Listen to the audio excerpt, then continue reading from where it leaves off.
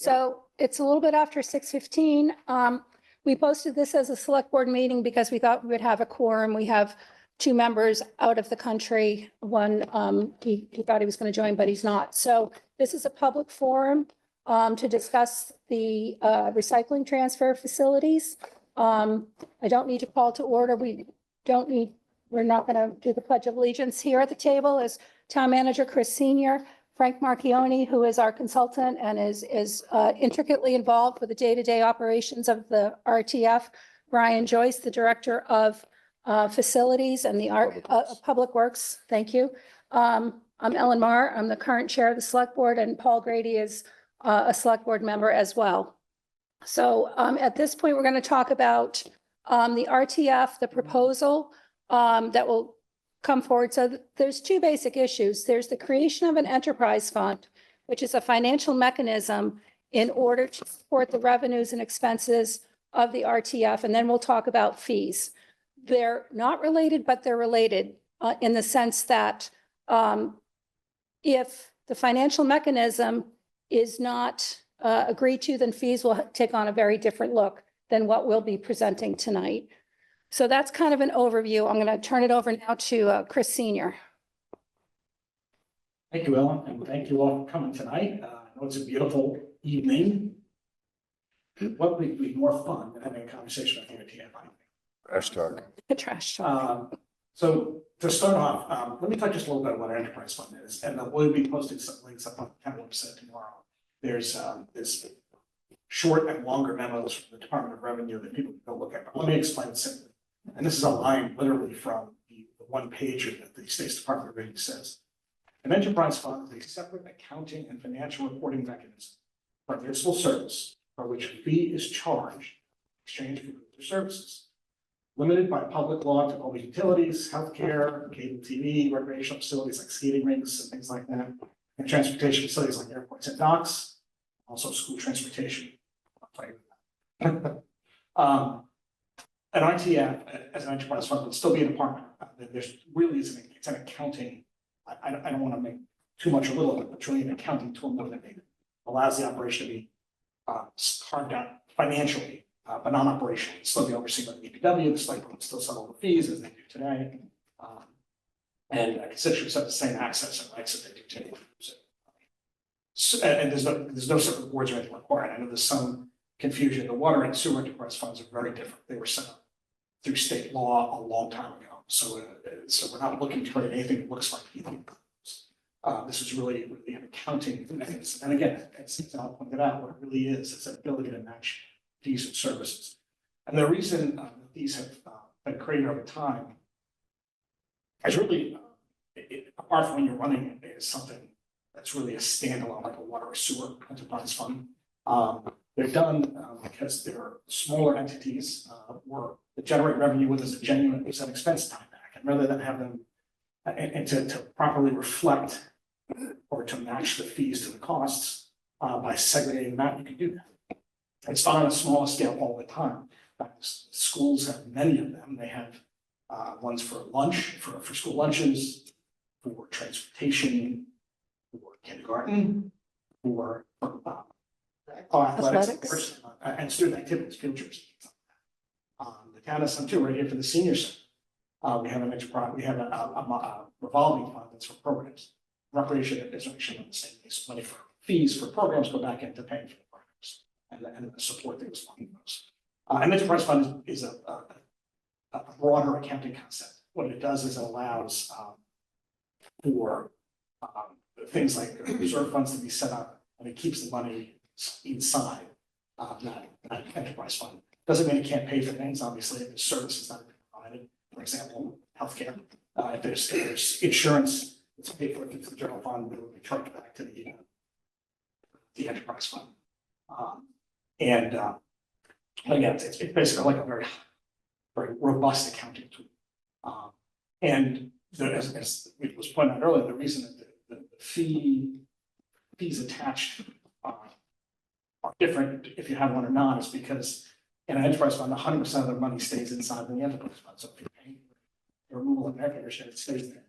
You're paying for the throwing away of garbage in a bag, and it goes to pay for that. It doesn't go for anything else, which is again the reason that you have, for example, the athletic fund, right? If you're paying for your kid to play football or soccer, the money should stay for football and soccer. It's the same concept on a different scale. The town had never done that before. And that said, things are tougher all the way around budgetarily. And as well, we had the fire last month. And actually forced our attention on the RTF and said, well, we have this. Let's take a look at all of the operation. How is this working? How can we make it work better? What's going to cost and how do we pay for it? And we came along with, came up with the concept of pay. It's one of these few areas that the state allows us to segregate out. It makes sense. And it also will protect it for long term. One of the things that I think everyone's noticed is that the trash industry is a little bit volatile sometimes. Cohasset has a very small RTF, which we'll talk about more. And so it's an incredibly valuable tool there. You can drop off your trash there, you can drop off your recyclables there. You can drop off other things, whether it be tires and things like that, and light bulbs and recyclable electronics, even appliances will take. It's sometimes faster and easier to do it some other way. It's also perhaps you have a big event, your hauler's not going to let you leave out 3 barrels. It's also become actually, which is kind of unique because in my prior community, everything was picked up, but here there's a tremendous amount of recycling. I think that the bottles are handled through the scouts, and that's becoming a really generational thing. They generate quite a lot of revenue, actually. It's a lot of work, fairness. That said, it's something that's a little unique to the way it operates, and we want to continue. In order to do that, we have to make this viable, not just for today, but for the long term. So, do you want to keep going now, or? No, I think, We'll go to the next one. we'll go to the next one, yeah. I'm gonna go through the PowerPoint. Well, yeah, let Brian start the PowerPoint, and then we'll start going through the budget. And by the way, it's going to be plenty of time to answer questions at the end of the state. Yeah, sure. Wow, there'll be more information on the website. This is just the beginning. I'm gonna go out here. Want to stand up here, or do you want to go over there? I'll go over here. You want to take a microphone now? Sure. I'll go there. All right. Go. Just stay on that side. Check. Brian Joyce, Director of Public Works. So we have a brief PowerPoint. So Frank Marchione is our operations manager of the RTF. I'm the Director of Public Works. For facilities, DPW, water, support. I'll go to the next slide, please. Yeah, so Chris touched on the enterprise fund. What is an enterprise fund? Basically keeps the money generated, the revenue from anything that goes on there in the fund. We have water commissioner here, our water department is an enterprise fund, our sewer department is an enterprise fund. Those bills you pay for those services don't go into schools or other departments. They just go back and support those water and sewer departments. I won't read all the stuff that Chris has already talked about. Next slide, please. So the sticker comparisons. Our current sticker is $75. We're proposing a sticker of $150. How does that compare to some of our neighbors? Situate, their RTF is $140. They have a separate beach sticker of $35. So we've tallied those up. That's $175 for those two services. Hanover doesn't have a beach. Their RTF sticker is $345. And Plymouth is $190 for their RTF, $70 for their beach. That's a total of $260. Duxbury is $105 for RTF and their beach at $120 for a total of $225. Now our sticker is comprehensive beach and RTF, all facilities rather. It's Sandy gets all the publicity, rightfully so, but we have Rocky Beach and Government Island, Parker Ave, those are the public areas. So we're proposing a sticker of $150 with a discounted senior sticker of $60. Now the first sticker is $150. The second sticker, second vehicle, will be $75, and thereafter any other additional vehicles. The first senior sticker will be $60 and $30 for any additional vehicles thereafter. Next slide, please. So current and proposed fees, we talked about the stickers a minute ago. These are where we need to be to pay for the items we dispose of. These are at cost with a very small handling cost, labor.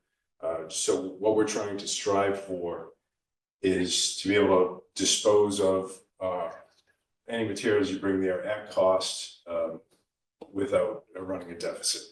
So going through the first column is our current fees, and then you know I won't read every single cell here, but we have comparisons from Situate and Hanover, and then what a private hauler might cost for some of these.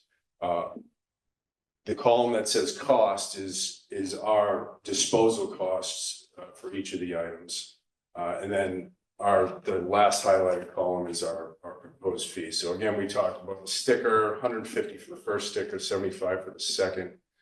Senior sticker at 60. I missed the cell there for the second sticker is at 30.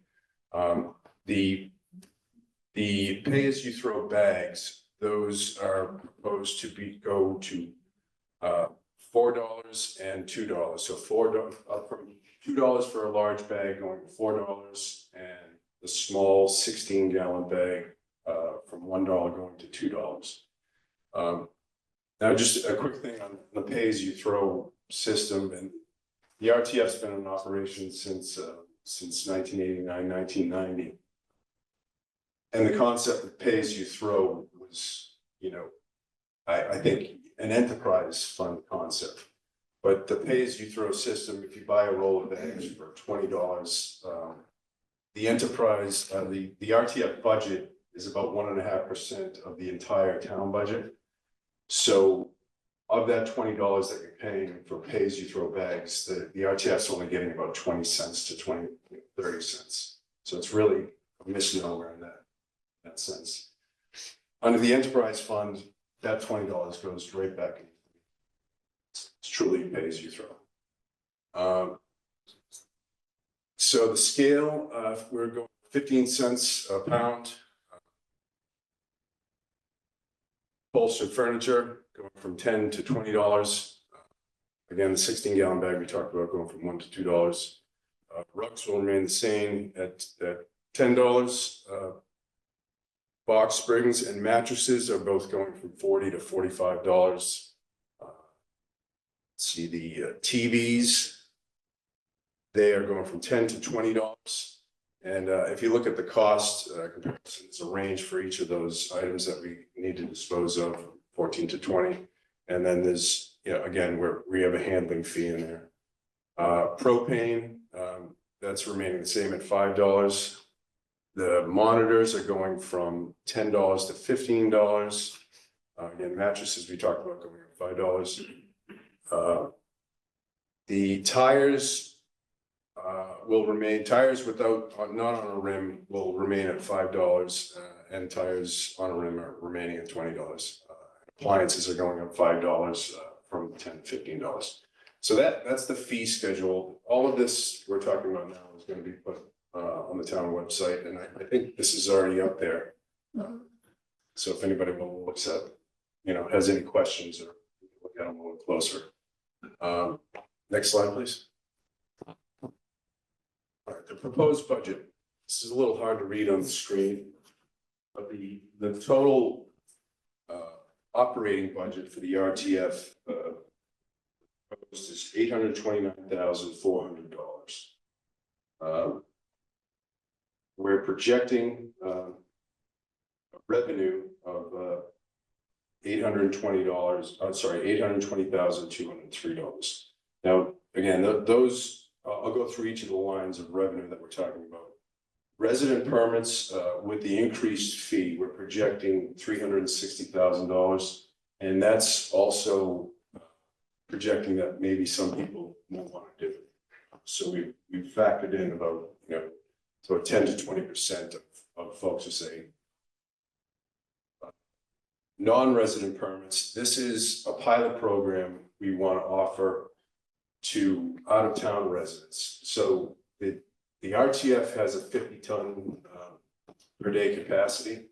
And we produce about 20 to 30 tons per week. So there's a lot of excess capacity there that could generate revenue.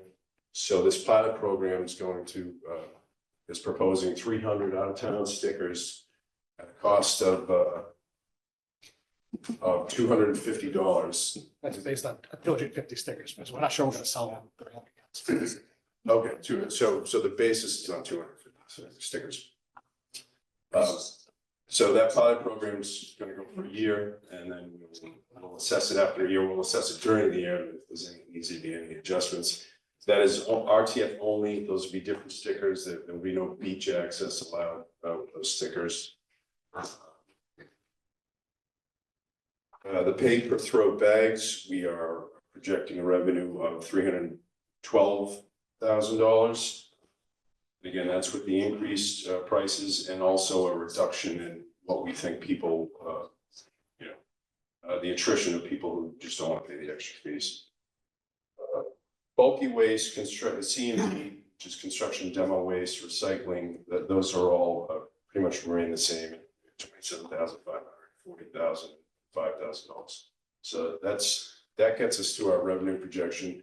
And without the fee increases we just talked about in the enterprise fund, we're not going to be able to meet operating costs. So with that, I think the next slide talks about improvements, and I can hand it over to Frank just to this is part of Christine's memo talking about the enterprise fund, permit fees and paper throw bags in an enterprise fund situation versus a non-enterprise fund situation. So if you want to add anything to that. So this goes back to the conversation I was having at the beginning. An enterprise fund is self-contained. So if you're self-containing this, then we can make it work because the fees that are charged for the RTF go back on the RTF. If they don't, we have a long-standing formula for general revenue. And I'll talk more about that because I know there's some questions raised, where 61% of the net general revenue, and that's after we pay for insurances and pension costs and stuff. 61% of the new revenue, the net new revenue goes to the schools and 39% to the town. That's how we base our budget. We do that every year. We have ongoing conversation. In fact, the superintendent of schools is here today, and she and I talk regularly. In fact, we had lunch at CDG's the other day, so we tested it out, and also through budget stuff. And I was in her office the other day because we talk on a regular basis, and I talk with her predecessors on a regular basis. And the school came in on a regular basis, as this is an ongoing conversation. And last year, when we first started talking about this, I said, hey, I want you to know that if we do this, we go forward this, the one fee that's really 100% tied back, that all of it would go away would be the bag fees. And it was about and some of the others attached, about $250,000. So we built the budget for FY26, the one we're in now, where the schools are 100% protected. So the schools would have suffered $152,000 revenue loss potentially. So we added that back into the schools. If you actually look at the end math on the sheets that were in the warrant, the schools ended up getting $921,000 from the projection of $768,000. That's $152,000 more. The town with $150,000 less, which meant the school's net increase was almost 4%, 3.85% last year, and the town's was 2.2. I want to make sure that we're going to have this done, that the schools are going to be shielded from any revenue loss. This is forever, so that's been baked in now. So it's a permanent increase in their baseline. Because if we're going to do any fee increase, we don't need for it to go into this calculation. But as to go back to this, if you have that split, and we have to make the budget whole this year, right? So what happened at town meeting is that after this loss, the budget was built with the concept of the enterprise fund. These expenses will be out. They didn't. So we have a deficit that has to be filled at town meeting. It's either going to be filled because we carry an enterprise fund, it's going to be filled, or it's going to be filled because we increase fees. Or in a very worst case scenario, we start making further cuts, which I don't think I'm not recommending, and I don't think the select board wants to go that path either. But if we go the straight like it is today, to make the numbers up, to have this really self-supporting, you'd have to have a permanent fee of $385. And this is again just the math. And the paper throw bags, $5 and $10. We didn't get into the air conditioners and stuff like that, because that would just be, that generates a very small amount of revenue. But those are the two biggies. And and again, it's not meant for this, right? I think this is an example of how, if we really want this to pay for itself, and have it be fees, to have it stay like it is, would not make a lot of sense. Right, so keeping any revenue that's generated there back at the RTF budget rather than splitting it. So I think next slide, we're getting into improvements. Those of you who use the RTF, you've seen hopefully a lot of improvements since the last 10 months since we had the fire. I don't know, Frank, do you want to talk about the improvements? Sure. I can use this one. Leave this here. There he is. How about a quick question on those bags? Yeah. We pay $2 a bag now, and we only get 20 cents. Bag, you said, each bag right now. So that's kind of the split that Chris was talking about. So the Not to interrupt, I don't want to be like. yeah, no. So the fiscal policy, and maybe it's like, so the fiscal policy, every dollar that's generated that goes into the general fund. 61% goes to the schools and 39% goes to the town. 20 out of $2. So we buy 10 bags for $20 right now. So if we just bring it down per bag, that's $1.20 right now goes to you. Is that, it goes to our dump? So $2 a bag. No. $20? No. About 20 cents. Okay, so where's the other $1.80 go? It goes to the schools and the fire, police, DPW, all the other town services. So you have 61% goes to the school, 39 goes to the town, which is all departments. RTF is a small portion of that. Thank you.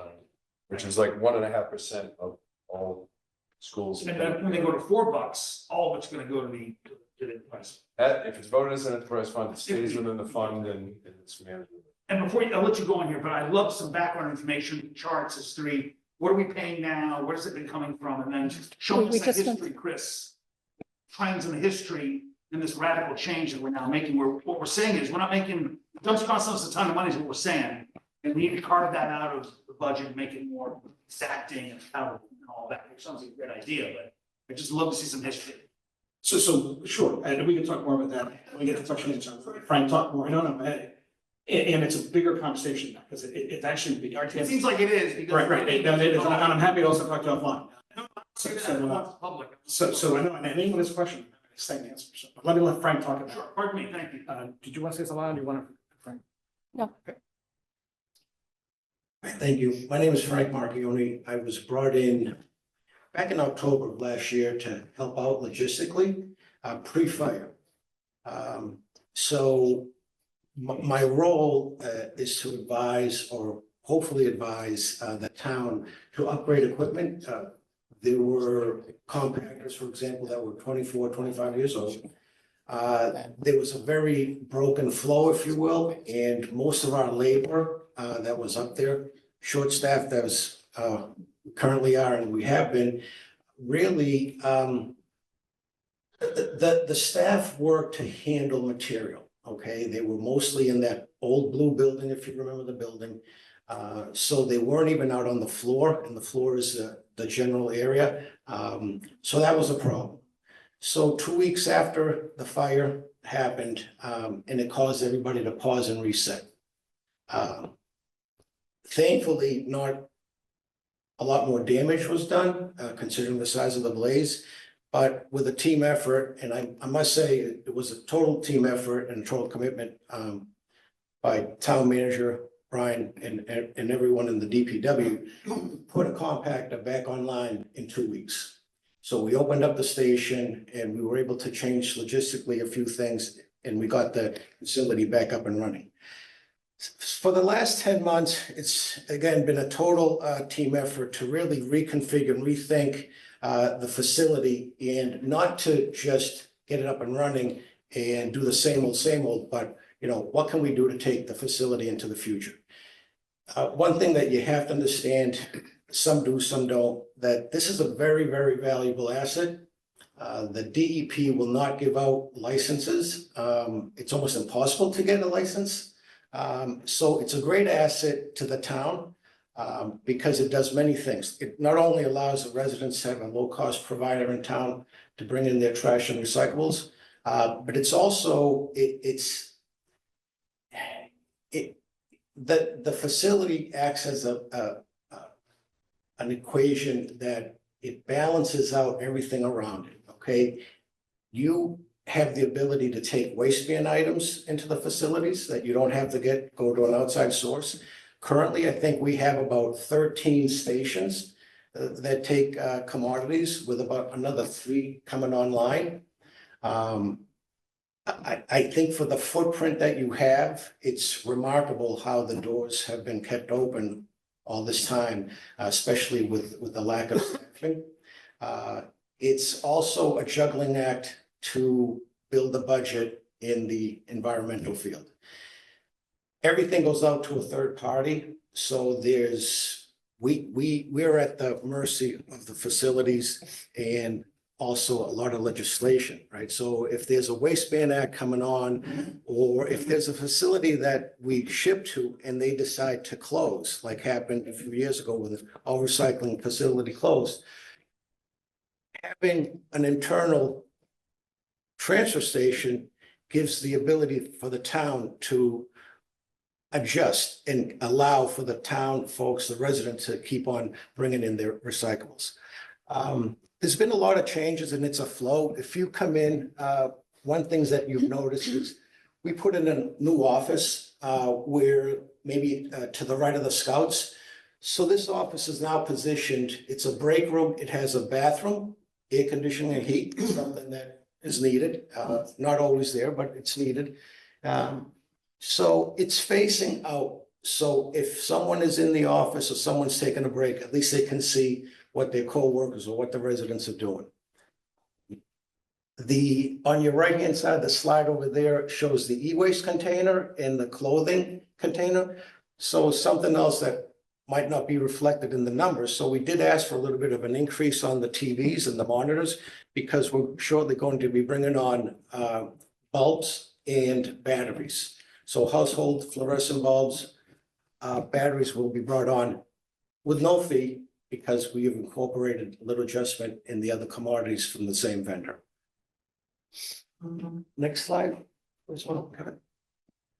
So we have a propane tank now, storage unit by OSHA. It has to be locked, has to be ventilated. It's on a pad.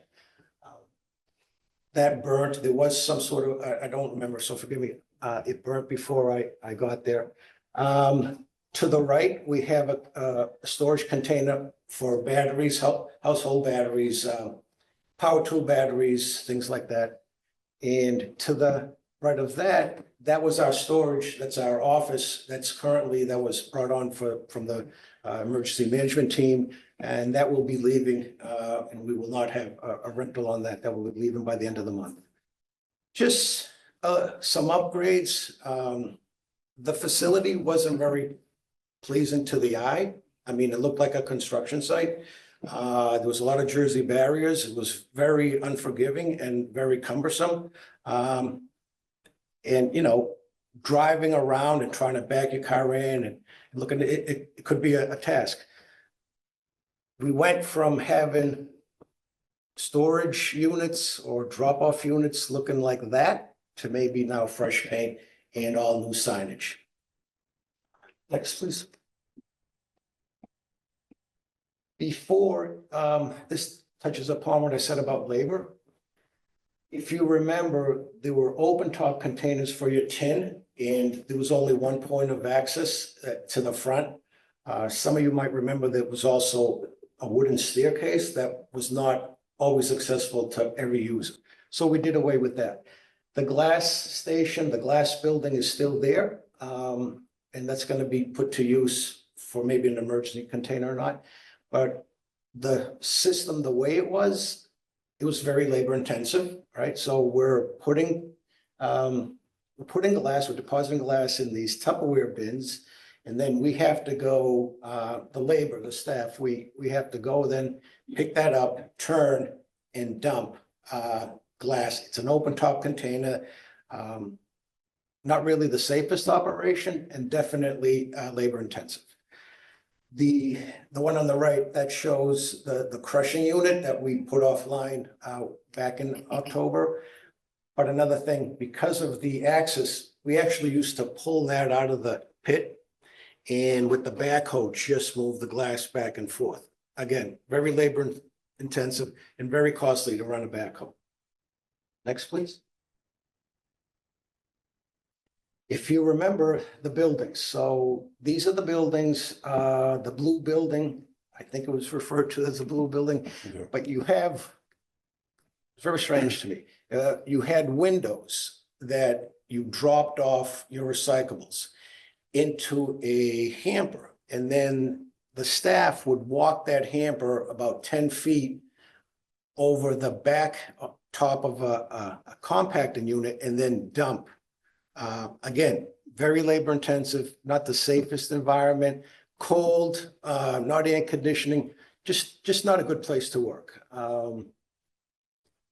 So that's gone. Obviously, after the fire, it was deemed unsafe, so we tore that down. That had 3 compactors. 2 of them were deemed unfit, unusable, not worth to reinvest any money, but we did pull one out and we refurbished it. And you'll see, next slide. And this is the compactor that we put right away. What we did is we commingled the paper and the cardboard. It's a cardboard load, but we were able to work with our vendor. And we got this online in 2 weeks, and that's a shoot. We open it up. Again, the residents deposit their material. Obviously, if you need help and you have big piece or whatever, we're there to help, because now we're free of doing, tasks that we shouldn't be doing and actually helping and providing customer service. On top, that's what's called a 35-yard self-contained. So that unit, because of the footprint, the compacting end is actually attached to the container, and that's for our plastics, because we thought it would be prudent to have a self-contained, because it's a very diverse container. We can use it for just about any commodity, but when we were pulling out a 40-yard container of plastic, picture all these bottles with the wind up there, they would be going into the old landfill and into the grass. So again, labor intensive, we'd have to go out and collect. So the self-contained is again on a stop-start button that we operate. It has a chute. Again, the residents deposit and we just press the button and off it goes. On the right-hand side, so we were able to purchase these roofed recycling containers, a 30-yard capacity, one for tin and one for glass. And they're slotted, they're opening, so you open the door and you fill as you go along. And we put an ADA compliant ramp. So unlike the stairs or unlike just the one access point in the front, you now have the access for the whole 30-yard container. It's the same size, but we're getting more volume because we're filling it more correctly, more evenly. And those are on the concrete pad that used to house the blue building. We have what's called these guide islands, so the containers are placed correctly each and every time, so there's no worry about damage to the ramp. Signage, you can always use more signage in a facility. So the signage hopefully help just direct, but it's really now we've been able to do with the labor force, we've been able to work, to do the job of customer service and helping out the residents and paying attention, because, we want to make sure that we're throwing and depositing the commodities in the right bins, because there's surcharges. If we throw, I don't know, if we throw ceramic in the glass container, it's a surcharge. So we're trying to pay attention more and just try to keep the safety as best as possible, because it is an industrial zone that has heavy equipment, and there's a lot of residents walking and there's a lot of cars. So. Yeah, if I could just jump, so just one thing on the automation. So happy that Frank came on and looked at this operation with a new set of eyes. So the RTF was over 30 years old, and The reason the blue building was there was the compactors back in the day had a 15-foot or 10 to 15-foot piston to do the compaction. And it wasn't safe for the residents or the customers to go right up the hopper and put it in. So staff for that whole time were taking product, walking it, putting it in, and it's just that labor intensive nonstop action all day. The new self-contains that Frank put in here for the cardboard paper and the plastic, it's loaded by the user right there. It's got a short piston, which is the newer models. And the compaction is actually made by the product once it fills up, right? That, and then, you saw the picture earlier with the glass and the tin cans. The wind up there is it's got a huge fetch across the old landfill. There's wind blow debris all over the place, but these self-contained people, again, are putting it off by themselves without having to go upstairs, and you don't have that wind blown debris. And everything is OSHA compliant. I mean, if you see the height, there's certain heights, just like if your home railing on your deck, you have to be a certain height. And some residents can't do it, can't reach it, which is fine, still bring your material, we'll help you. But we had to have a certain height. The Jersey barriers were replaced by railings just to make it a little bit more pleasing. And correctly, keeping folks from going where they shouldn't be going.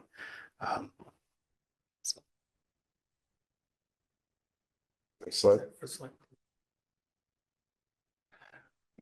So it's the mulch pile. I can't really. Yes, so this is an older picture of the mulch pile area that was, this area had been paved and it was covered by a mulch pile for decades. It was huge. So we removed all that, reduced the mulch pile, improved our composting process, and hopefully the finished product will prove out in a year or two to be a better product. But at any rate, if you go to next slide, you can see how this has been repurposed, and it's going to be, let you talk about what it's going to be for. So if you remember, there was really about 10,000 square feet of unusable space. There was debris, there was dirt, rocks. So Chris at one meeting said, I'd like to do an RTF village where we put some commodities in an area so it could be a little better experience and whatnot. So we thought about it, say, okay, why not repurpose that area? Brian got the crews and we dug it up. There was a lot of things buried. We dug it up, we leveled it. And about 2 weeks ago, we paved it. So that far area, completing the circle, we're going to have the Scouts building, the boutique, the e-waste container, and the clothing bin. And another thing too that we'd like to put over there, from time to time, a lot of groups use the facility to fundraise or to promote some activity. Right now, they're setting up shop almost to the entrance of the trash trailer, which is not good. It's not safe. So we hope to move them over there because there's enough frontage that you won't need to drive over there. Because again, driving, it's a loop, and we hope to make sure people follow that. But that's going to be our RTF village. And it should come online after it cures. Gotten a lot of requests to bring the boutique back online. We did get a container, a gray container. And there's a pole too. If you can see, there's a telephone pole that we had set that's going to provide some electricity where needed and some lighting. Because in the wintertime, it does get dark around 3:34. So it's a great space. I encourage you to, if you've not been up there, to see it because it came out amazing.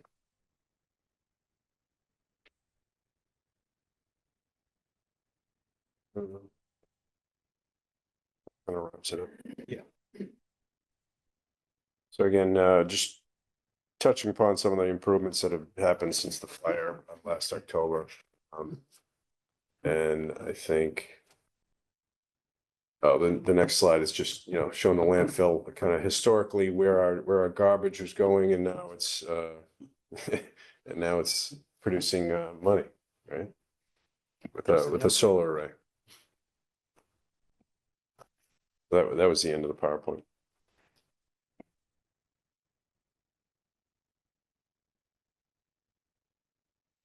Any questions? Jump Okay. right in. If Yeah. you can, if you can, up to the microphone. If you can't, we'll bring it to you, but if you can, if you come to the microphone, that'd be great. And if you could just give your name and address, this is actually, we didn't say this before, this is actually being Zoom live. It's live tonight on Zoom, and it's being Facebook Live, it's being recorded. Maggie Moy, 33 Ledgewood Drive. I have a few questions. First question is, the extra fee, the second fee, the $75 is what you proposed for the second sticker. Is that gonna go into the fund? No, the plan is to have that go back to the general. Why not? Because, well,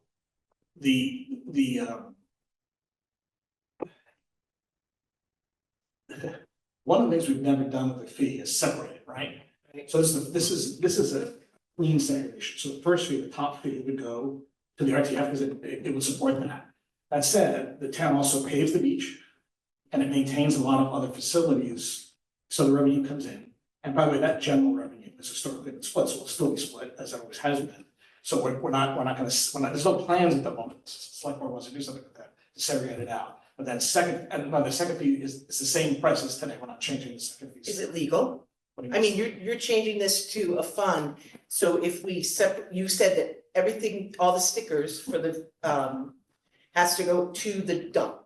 And if it doesn't go to the dump, then you're saying that a second fee, so there's the $75, we're just gonna call it $75. You're saying that that's gonna go into the general fund. And so therefore I'm thinking, well, now you're mixing money. You know, instead of keeping it all to the trash, you're moving it. Well, because we're keeping it, so one of the things that also came out of this is that people didn't want multiple stickers. So I don't want multiple stickers on cards. It's gonna make it a mess. And it's gonna get confusing. So we'll keep one sticker. Okay. And most people don't buy a second sticker, but I'm not saying that most don't, but everyone has used this. So most people buy a second or third sticker, it's for the beach. That's typically what it's for. So it made sense to keep it flowing as it always has that way to the general fund. Because, you know, it's not a purely scientific split, right? But if you're buying a primary sticker, you're probably gonna use it for everything. And a secondary sticker almost always is for parking. I mean, I'm not saying it always is, but most of the second stickers. So no matter if someone doesn't, say someone gets their trash picked up, they're still gonna have to pay $150 because that's gonna be their beach sticker as well. That's the point. That's the proposal. That's the proposal. And again, remember there's other things than the RTF too. All the garbage that gets picked up in the village, that gets processed to the RTF, and that's partially subsidized by the sticker fee too. Okay, and then when do you project this to happen? Is this gonna be like next April? Yeah, so the current stickers stay good, and this won't go into effect, again, depending on the site. And when do you expect the bag increase, the same time? That's. Yeah. So the select board wanted to hear from the public. We had a presentation at our last meeting, and we will have a full quorum on September 9th. After this forum, after there's a few more planned, after we get more feedback, we'll be voting on fees. The stickers will be next March, like when we all renew our stickers regularly. The bags would be immediately. They would be immediately upon this vote. Is that what you're saying? Upon the select board vote on September the 9th. Oh, September 9th. Okay, so no matter what, the bags are gonna go up, no matter what. And as the fees as well, like for the mattresses and things like that, will that go up automatically on the 9th? Well, depending upon the outcome of the vote. Right. So, I'm just saying the yes, vote. yes, The vote. yes. So it won't be the decision on the fund won't happen until the following sticker year. The decision on an enterprise fund will be special town meeting, November 3rd. But it won't go into effect until. It won't go into effect until the next cycle for renewing your sticker, your all facilities sticker, which is March. Thank you. We have one person on Zoom. Okay? A name and address? My name is Alix White. I'm at 25 James Lane. I'm currently in Northern New York, but I'm so happy to be with you. I wanted to say I am absolutely thrilled at the improvements that have been made.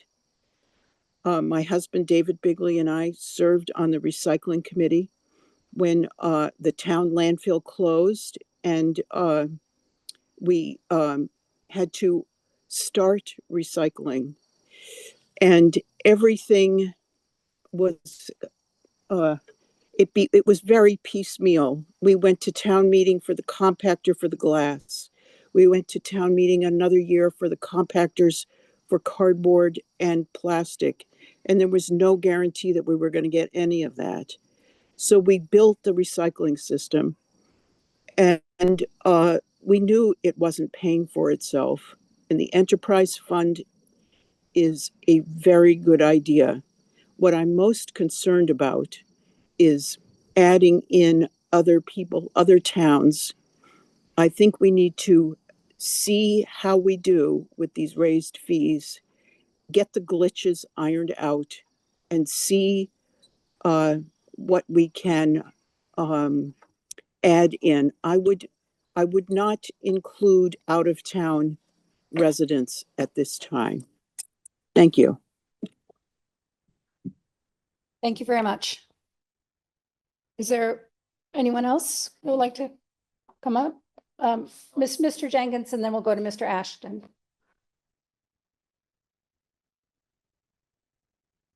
Cleveland Jenkins, Jerusalem Road. I have 3 or 4 questions here. Do we own the containers? We own. Yes. So we have an extra container for each of the devices, correct?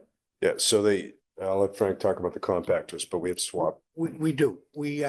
So the breakaway container, our main container, we have swap containers, so we have backup to those. The self-contained, I'm not so sure we need one right now. That will be one of my asks, but that's round tripped, about an hour away to Avon. That meets the capacity for at least a good week, so we always have availability. Should something break, the contingency plan will be to either have an open top in the pit with a glass building like we had over the weekend. Or if the town wants to give me some money, I'll buy another self-contained. So, Is the trailer dump ours or somebody else's? the trailer dump is part of the contract, I believe, with Sean Harris. So the trailer dump and the transportation piece, we do not own a tractor, so that's provided in the service. And containers we own were picked up by our truck.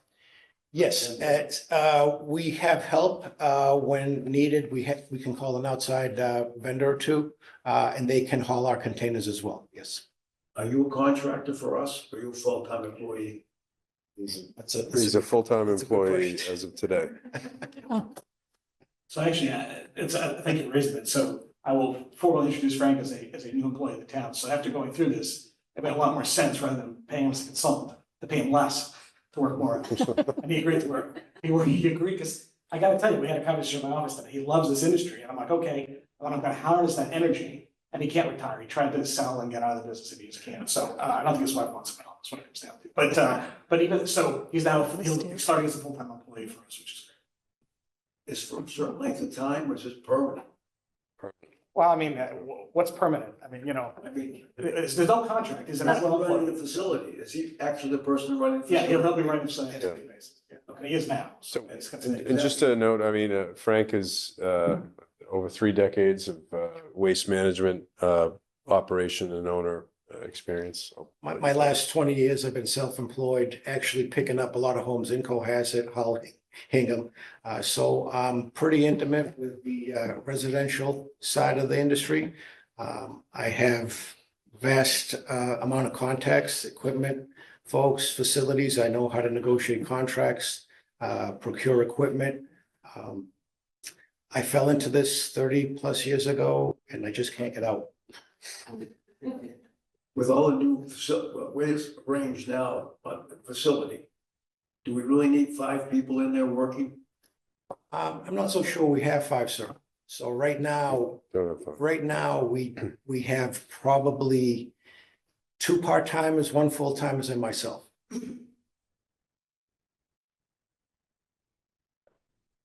But how many employees do we actually need? How many do you need? To run a facility like that, to be safe and efficient, probably about 4 on 4 for each day that it's open to the residents. We don't have that, obviously, on Thursday when we work, but the residents do not come in, we bring in 2 people. And I'll just say, so that those are also supplemented, of those 4, some of them are part-timers. Correct. Yeah. We have 2 part-timers. How much insurance do we get from the fire? Roughly. I don't know that we actually have a final number, but it's paid for all the repairs up there so far. Paid for something new equipment. Yes. Yeah. And the other question is, I understand what you're trying to do and it makes sense. But I think I would prefer to have a 3-person board running it instead of the town. I just, maybe with you there, maybe it's different, but I just think it's poorly run. So, thank you. Okay, Mr. Ashton?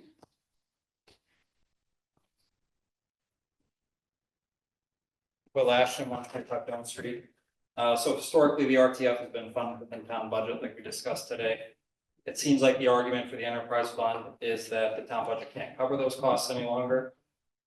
Meanwhile, Cohasset's in the top 10% of spending per capita in the state as a town. And over the last 5 years, 3 budget items have increased $1 million more than revenues have in the town: police, town manager, and chief technology officer. Given those facts, why should the town support a fund that increases fees just to cover the deficit caused by this exaggerated budget growth? Thanks.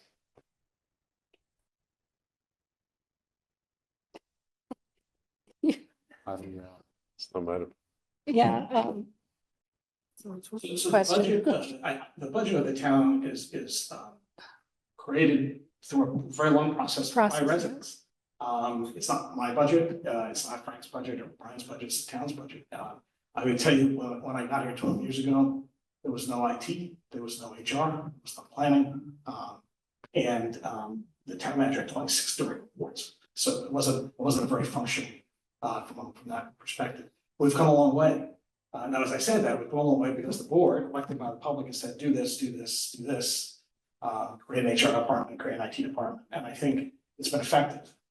And again, without getting deep, though, I'm happy to talk offline about other budgets. We've done a lot of investing in IT, and I think it's paid off. I think we have a state, I hate to call it municipal class. It sounds like we're degrading ourselves, but we really have a great team. We've done a tremendous amount of investment in cyber security, both for insurance reasons, but also because it's the right thing to do. We train ourselves, and there's all kinds of testing and training. It's not on a regular basis. I've learned to click on basically nothing. And we do with our staff too, and our volunteers. So the increases have been because the world's different, and I think the residents expect a high quality product. And at the same time, I think we're one of the lowest per capita staffed towns, but we're doing everything in a small town of our size. We're doing big town stuff because this is what people want. They want to run sewer, they want to run water, they want to run school system, and they want to run world class. And to have a AAA bond rating, you need to have a AAA support for it. Now, as I said all that, all of us do what all of you want. I mean, it's not, again, we're here to make it, to give you the best value possible for the dollar we give. And again, it's not cheap. I'm not suggesting that it is. That said, I think we've done it really efficiently and really proactively. And again, this is part of it. This is one of those areas where we have a limited tax dollar. We've not sought a 2.5 override in the dozen years I've been here for general operating purposes. And part of it is by finding contingencies in places where we can squeeze and stretch and say, well, is this the most efficient way of doing this? This building was a partnership. We kind of didn't build this, we did buy it. There was a big debate over there too, and it worked. So again, I'm happy, anytime you want to come by, I'm happy to talk about budget. But I think that this particular opportunity is a smart financial one. Again, asking people to pay more is, I don't like asking people to pay more. I don't like to pay more. I think for the ask, I think it works, and I think it preserves something that, as Frank pointed out, is an asset. I gotta tell you, I don't always look at it like that, and I don't think any of us that drop off our stuff, our TFO is thinking about it like that until it's not there. And it really is, and it's not just a resource for throwing stuff away, but we process a lot of materials through that. And when the boutique is back, and we're very excited, by the way, about having that back online, there's a group of residents that are gonna help volunteer up there. It's amazing the kind of stuff that gets recycled. Well, I think we're excited about having all it back, and then the scouts, they're doing their models again, just we're gonna get them to the village so well. So can I just add to that a little bit? So IT in, I want to say it was 2013, 2014, the school department underwent a digital learning initiative because the world of teaching and instruction was changing. And the result of that was the use, the implementation of devices for our students and our faculty so that the curriculum could keep moving forward with the industry. So we have 4 people in IT, and they manage, superintendent's here, she could answer better than I, 1,500 plus devices every year. They troubleshoot when a Chromebook or an iPad or a connection or an access point, they troubleshoot immediately for that. I think 4 people is for what IT does, and we'll have Mr. Menard in, who's our director of IT. He comes in every year and he does a presentation for what they do, not only for the school district, but for the town and all the access points. It's a very worthwhile investment. And now you couple it with the cybersecurity issues that we all face when we click on something that's wrong, how that can impact a district. It could cripple a district. So IT is a very worthwhile investment. The other thing we haven't talked about is the increase in our health insurance premiums through Maya, the state insurer, which it went up. We pay an employer portion of health care premiums. It went up $700,000. Is that correct, Chris? 10%. Yeah, it went up 10%. Maya gave at the beginning of the season, anywhere from 9.9 to 19%. The first budget was built midway. Okay. We had been getting 2, 3, 4% increases. And then they came out and they said, no, now it's between 10 and 19. So our first pass budget was midway between 10 and 19. And then we actually got on the low end. So we had this gap. We had the $700,000, which is kind of close to the number here. I'm not saying one is the result of the other, but it's a factor when you do your budget. You have to look at all of the departments. So we have a health insurance premium for all of our town employees that went up. In terms of the town manager's office and the addition of the HR department, HR is more important than ever in terms of hiring practices, in terms of how you handle employee relations, in terms of your policies, in terms of your job descriptions. And it was something that, and I can say this because I've lived here my whole life, we just kind of went by the seat of our pants. So now we have a very formal process, a formal department, and it's professional, it's well done. Again, we just had a presentation 2 weeks ago on the employee handbook. So it's not something a town can do without. And with regards to our cost per capita, we have a very low level of population compared to some of our neighbors who can spread the same costs. One town manager across 10,000 people or 24,000 people, as in Hingham, is a lot lower per capita cost than one town manager in Cohasset across 8,500 people. And one superintendent, okay, for a school district of 1,400 students is one cost compared to 3,600 students in Hingham. So if you want to look at per capita cost, you kind of have to look at the org charts of each to see if there really is a differential in the spending. And I'm sorry, Mr. Ashton, what was your third area? You said town manager, you said IT, and what was the third? Yeah, the third was police, but just follow up on the per capita, the control per population as well. And that pushed us into the top 9%. So that's not an argument against it, but thank you for your other answers. Police was the third. Okay, police, I think we're, and with police, it's been, again, we had, and I welcome everybody to come. We're going to start our budget message in September for FY '27. And throughout that process, every department head, Mr. Joyce will come, Mr. Berardi will come, Chief Quigley will come, Chief Dockery will come and present their budget. And what's been driving the police budget is overtime, because we haven't had a full complement on our roster of policemen. We finally, because we got out of civil service last year, we have 3. We are now at the number that we need to be. And so it won't eliminate overtime, but it will reduce it, because we're not paying overtime wages going forward, because we have a full staff.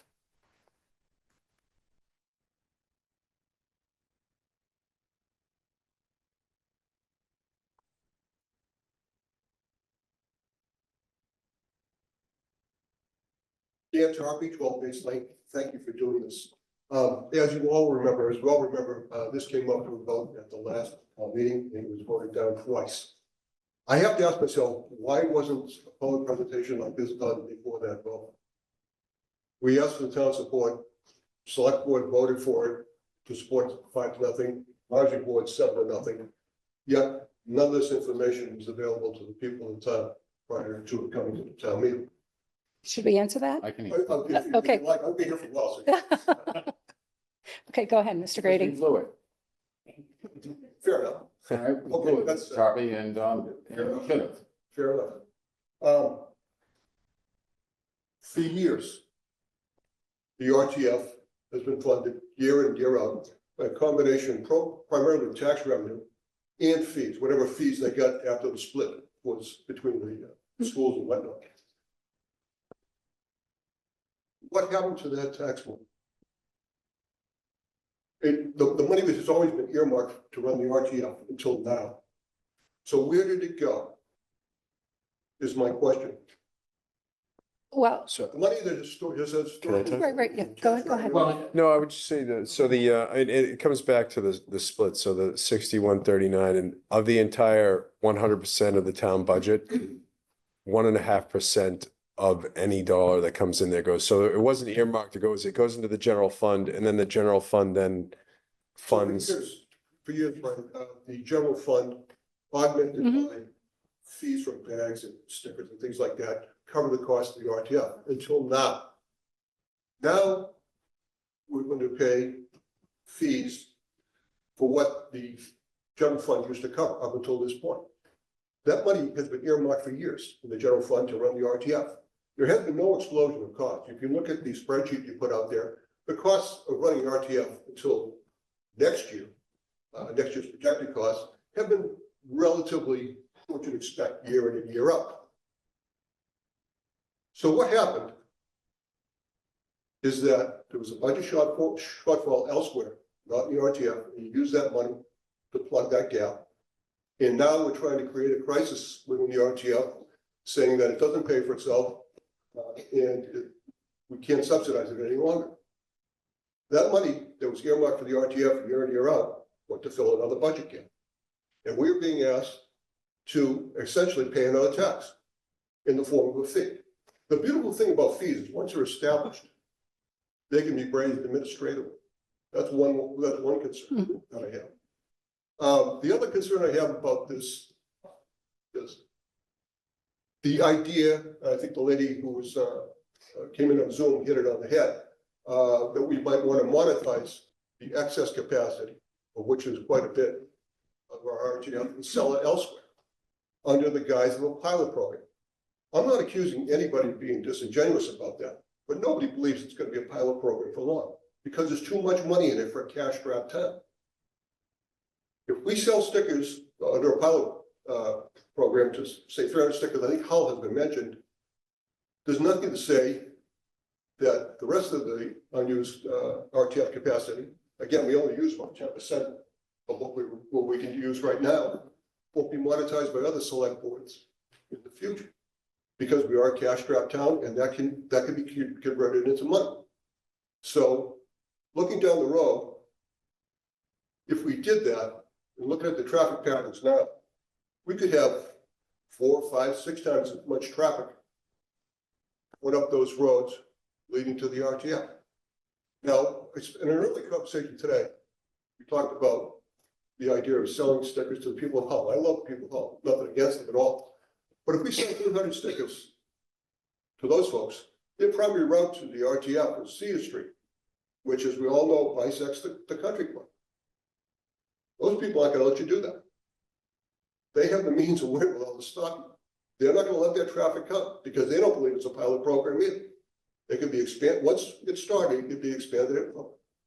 So the big question here, or one of the big questions here about this initiative is whether the town of Cohasset wants to have their RTF turned into a regional transfer facility. Because that possibility is there once this gets voted on at town meeting. Thank you. Okay, Thanks. so, Mr. Tarpey, to, answer your question, where did the money go? I think I answered it before. It was the health insurance premiums, and we could have taken 700 and chipped away at every department and cut every department. But much like water and sewer, this made sense for us to do this because there aren't very many other departments that are, we already have a sticker. So having a sticker is not new. We already pay for things. We already pay for the bags. So we're already funding it into the general fund. And all we're saying is, let's fund it into its own fund. So it pays for itself so that we don't have to cut into other departments to fund it. But it is the actual tax increase under the guise of a fee. We've already paid for that year in, year out. Our tax dollars have funded the Yep. RTF. Yep. And now, in addition to that, we're gonna pay, for me, I'm a senior, so I get that covered Yeah. break. For me, I figure about $300. I mean, no big deal. But for a young family who doesn't get that senior discount and uses, perhaps they've got 4 or 5 kids and uses more bags than I do, 500 or 600. Mhm. And it is a tax increase. And it was kind of marketed incorrectly as an RTF problem, that we're subsidizing the RTF, cost of exploding. None of that is really accurate. We needed the money to go elsewhere, which we understand. I understand about the health Okay. insurance. I understand that money is needed everywhere. My big concern is that going forward, that this does not become a cash cow for the town. And we use 30 tons of trash a week organically, and we sell 150 tons of trash a week to outside haulers coming in and then creating traffic that we don't need in our town and creating what is really going to be at that point a regional transfer facility. Are we? There's no such We're thing not, as regional. yeah, no, I understand. Yeah, so the current infrastructure doesn't allow for haulers. It would just be residential trash. That's the proposal. Well, I understand, but once enacted, it can be changed administratively, whatever, going back to the voters. One other quick question in terms of. Well, that's not entirely true. So the RTF will come in front of town meeting like every other budget every year, just like the water and sewer. Excuse me. So town meeting will waste every single year on what gets spent, and any borrowing that has to be done. And you can't approve you're not gonna buy a compactor with cash. That would have to come in front of town meeting, get a 2/3 vote. So so it's important to know that this is not something that can be done in the dark of night, besides like select board meetings or in public anyway. That said, the big stuff has to go to town meeting. The budget has to get voted every year. And any capital, we're still required a 2/3 vote, and it's gonna be any borrowing, so those things still remain. I understand, with the budget transfer that occurred, or is in the process of occurring by shifting those tax dollars previously earmarked for the RTF to another entity in town, was really not transparent. It was pretty opaque. And then again, it was done under the guise of a crisis at the RTF, and we have to subsidize the RTF because we're hemorrhaging money there year in, year out. Not entirely accurate. Well, Mr. Tarpey, I will say this, I know you well, and thank you for everything you do. If you look at the analysis that they put together, Brian and Chris, and what we're trying to do is keep costs down. If you look at the pros, I mean, the fees are gonna have to go up. We know that. I mean, there's nothing we can do about it, and that's to meet the needs of the town and our other obligations. But to leave the RTF as it stands, if you saw the analysis of what it had to, would have had to go up to, and what the fees, the sticker fees, the ancillary fees, like the air conditioners, and so, in looking at this enterprise fund, would it have become something if we had another fire? No one's saying yes, no one's saying no, because we don't know. At some point it may have, but we are trying to keep costs down. You're referring to as a tax increase. It's an increase. It's an increase in cost to the residents, but we're cognizant of the fact that if we leave it alone and we're town's getting the rest of the burden, the 61% of the money is going to other needs, the schools, and the rest 39 is to answer every other need in town. They have to go up. And so we're really trying to keep it down and maintain the dump as it is, as a nice entity that people can go to. You know, and the pilot program is put out there. It's just, I'd never call it a cash cow. And I agree with you wholeheartedly, where you say the Cedar Street is not going to become a thoroughfare. And it can't be, again, for resident. Again, these are just thoughts. It's how we can generate some revenue, keep the RTF solvent, and make it a standalone entity. So emphasize pilot, and I'm sure, Chris, I'm wrong, that there are safeguards. I agree with you that select boards change. They do, they come and they go. And so I would be in favor of putting safeguards on any one of those allowances that would hinder the opportunities of anybody who decided they want to make a little more extra money on the back of the town. But guess what? Alan lives here, I live here, Brian lives here, we're all paying taxes too. And so, you know, we want the same is what we're trying to present. One other question, if I might, assuming that gets passed at town meeting, and the RTF Enterprise Fund is put into effect, does that become part of the town public works budget, or is it going to be standalone?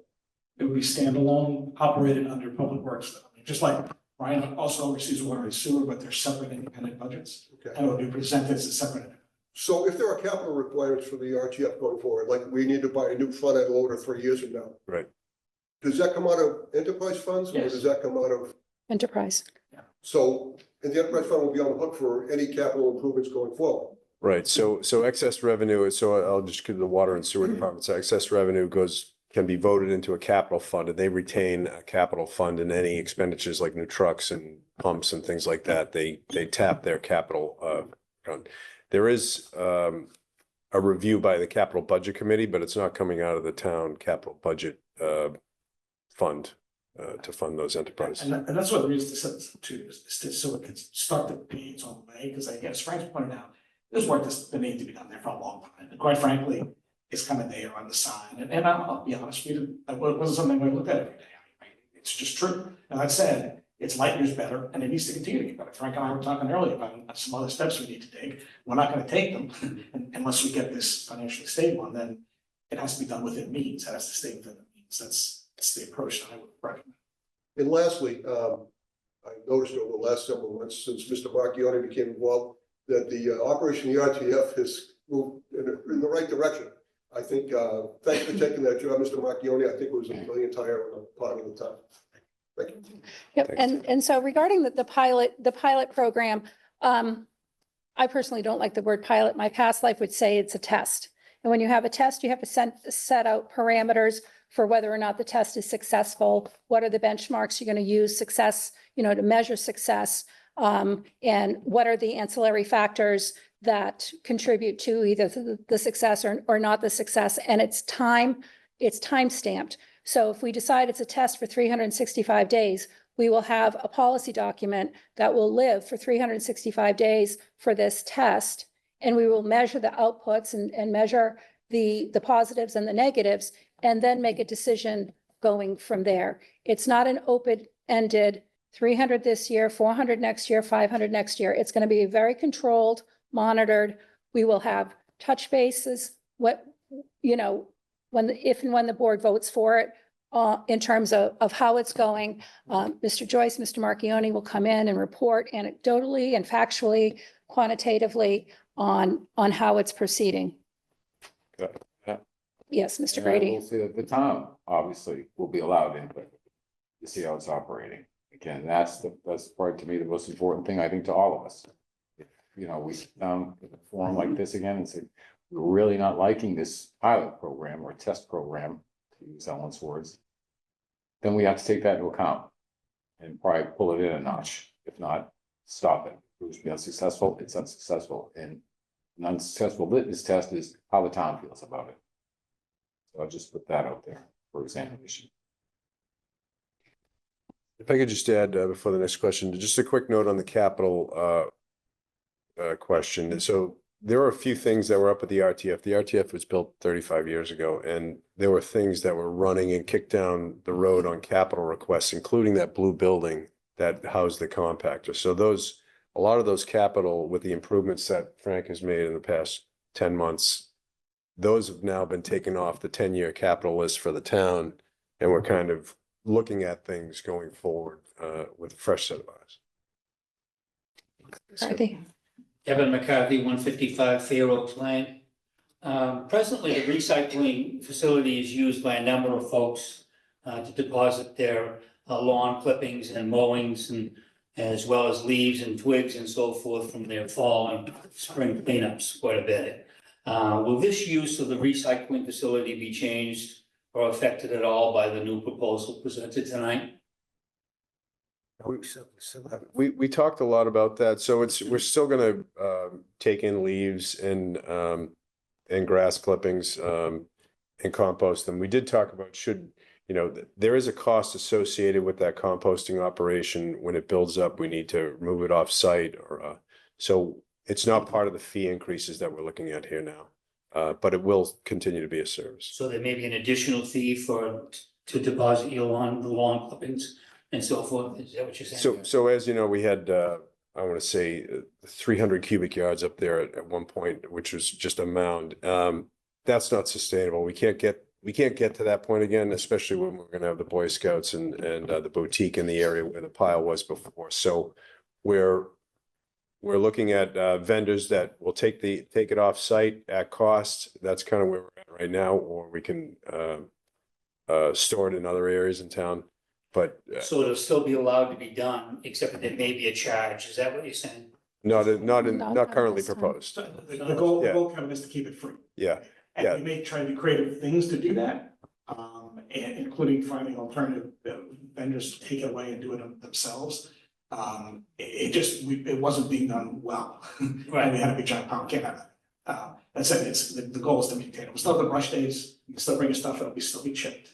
We're gonna ask people whether you do it though, make sure you know that you've done a little bit of screening, that there's rocks and stuff like that, it's bad for the equipment and people. So we'll just ask people, when you bring your stuff in, just be a little careful with that, that's all. But we wanna keep doing that. Thank you. Yeah, Thank you. and just every commodity up there is, we're subject to other markets, and so we're constantly looking at all the commodities up there. And we'll assess them each year when we come in to report. Ms. Jenkins? Leonore Jenkins, Jerusalem Road. I have a concern about one of the responses that was given to Mrs. Moy, where you said that the fee for picking up the trash around town will be taken off of the sticker fee of the residents. Does that mean that the schools and the town will not be paying for any of the dumping they're doing at the dump? Now, we still do a different, so we have a system with yellow bags, but no, and the schools, by the way, have a different system anyway, they have their own. Yeah, the schools have their own dumpsters. Because of the volume and the type of waste they get rid of, it's not household waste. Stuff that we process goes to the RTF, but it's less expensive to run through the RTF than if we had to pull up dumpsters and ship it out of town. I'm sorry, if I was in the point is that it's cheaper for the town to run it through the RTF, which we still pay for, than it is if we had to do dumpsters and use private. I mean, the town is going to be paying into the enterprise fund for, what's it, their bag? We pay for bags now, yeah. But you're using different bags, you're not using blue bags. I don't think Yellow bags, Yellow yeah. bags. All right, but the yellow bags that you use is going to be going into the enterprise fund. Mhm. Okay, and the schools, Well, they don't send stuff to the. Yeah, the schools don't send anything to the RTF. okay, so if it's anything coming, it's all town departments use yellow bags, it's going to be going through. Correct. But what about that other thing you said about picking up trash around town? Again. Those are yellow bag those are waste yellow as bags well. too. But you said that's coming off of the sticker fee.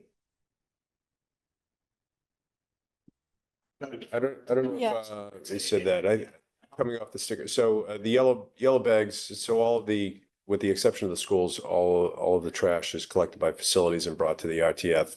And all of the town barrels you see in the village and in other places around town have yellow bags. Those go to the RTF as well. Oh, okay, but it's not coming out of the sticker fee. It's actually, is it part of your budget? Is it listed in the budget? I couldn't tell. It is, As revenue?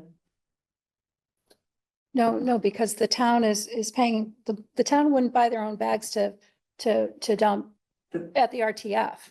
I mean, right now, Brian's team is emptying all the trash cans around town, except for the schools, and bringing it to the RTF with yellow bags. The yellow bags, correct me if I'm wrong, Brian, are part of the RTF expense line, right? right. So the town talking isn't about buying expense bags from themselves to dump at the RTF. Yeah. So you're charging us money to put our bags there, but you're saying it's part of the town expense line, so it doesn't go into the enterprise fund apparently, if it's your expense line for the town. Because it's an expense. Okay, so it doesn't come in as revenue to the RTF. Right. Sound system. I'm confused. And if it's an enterprise fund, you know, it should be coming in as revenue. Because you're paying water and you're paying sewer. But then you're saying you're buying your bags on your own and your own. So the town should be part- charging itself to Well, do wait, town you're saying services? you want this as a separate fund, you want this as an enterprise fund. It's not part of the town anymore like that, if it's an enterprise fund. So what would you have done? Well, I wouldn't take, you're saying the charge to put the bags into the dumpster is coming out of the fees that the rest of us are paying. But these are town employees picking up the trash, Ms. Jenkins. They're picking it up and bringing it up to the RTF, and the town is paying them. So Yeah. I don't know why you'd want to do that at cross purposes. These are DPW employees. Am I incorrect, Brian?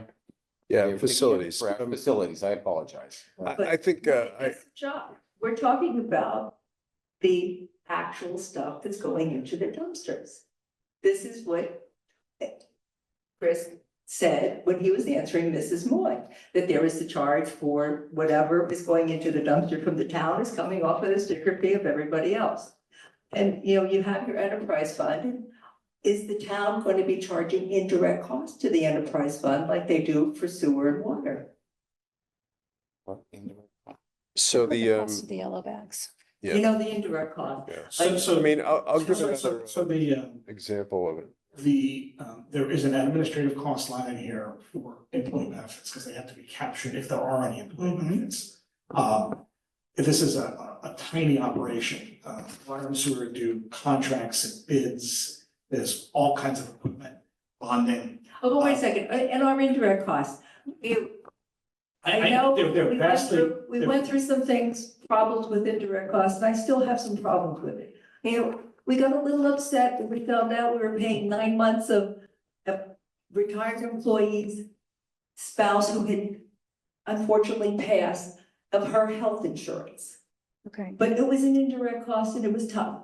Then there was the employee who resigned 4 months before the beginning of the fiscal year, but it wasn't taken out of the budget and town meeting voted for it, so we didn't Ms. Jenkins, pay we're it. talking about the RTF. But Yeah. we're talking about indirect costs. No, You we're wanna know talking about the indirect RTF costs? now, Ms. Jenkins.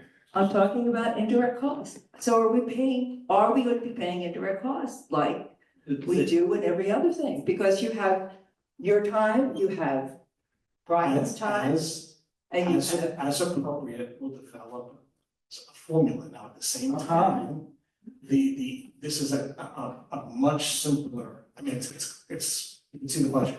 It's a simple operation, and it doesn't require the same degree of oversight. It's gonna get it through public works and some Brian's time. So if anybody, and Frank is gonna be a full-time manager on site as a staff member being paid by the fund. Right now, the water department contracts 100% for outsiders to run the fund, and the sewer department contracts 100% for outsiders to run the fund. So in this case, the fund is gonna pay for itself to manage. Might there be some costs that are shared, insurance and all that? Yes. And as we develop those, we'll most certainly display them. At this point, we have to go through and figure out how to carve that out. We're not talking about a lot of money here. And again, we want to point out, it's not going to be cash. Okay, but no, but you Only charge also, that. you also have to cost the people who will be involved in selling stickers. So, the hope on that is that, well, the clerk's gonna get on the new, I think a new way to sell stickers, which I think will save funds. That's it, you're asking a legitimate question, how does it roll out over time? And I think we'll have to evolve that and figure it out. There won't be any real billing done through this at all, because it's a simpler operation. That said, fair cost that should be applied here will over time be applied here as appropriate. And it's something we have to look at. It's a fair point. At this point, the primary, and I say administrative cost, it would be the cost of benefits. And those are, we have an estimate, 'cause I don't know what that's gonna be, but we estimated enough in here to cover that. And if we don't spend it, we don't spend it, that's great.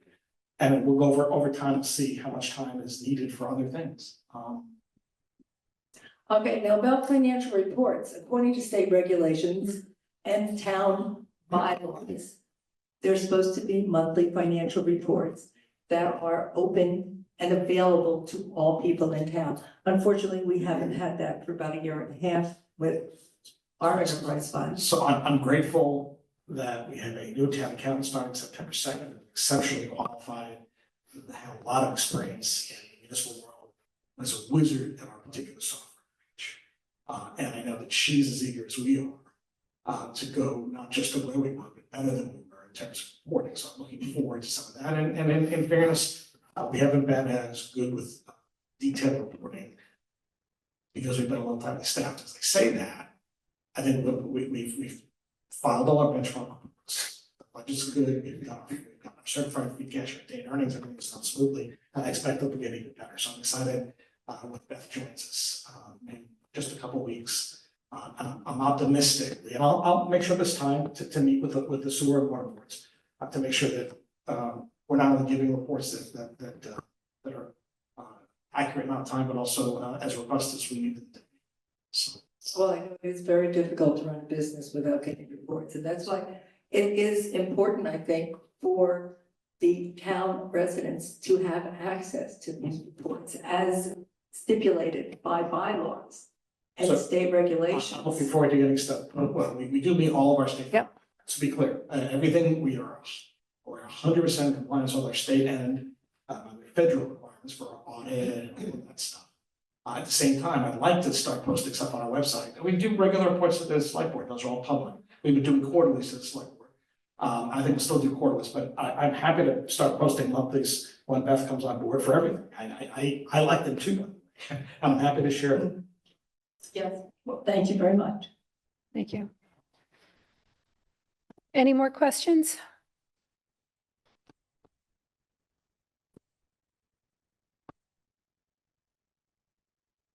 Callahan at Beach Street, and I just want to thank you all.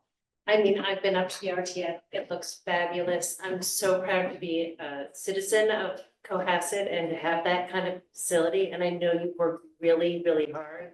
So I really want to thank you and I appreciate everybody's efforts. Did you ever consider having a beach sticker as a separate, like the other towns did that you, I'm also associated with Sandy Beach, in full disclosure. Yeah. Did you consider that as having a beach sticker? We did talk about that. We talked about, do we have two stickers? Do we have and I'm going to call it a parking sticker because as Mr. Joyce indicated, it's more than Sandy Beach, although Sandy Beach is the only place in the world as far as I'm concerned.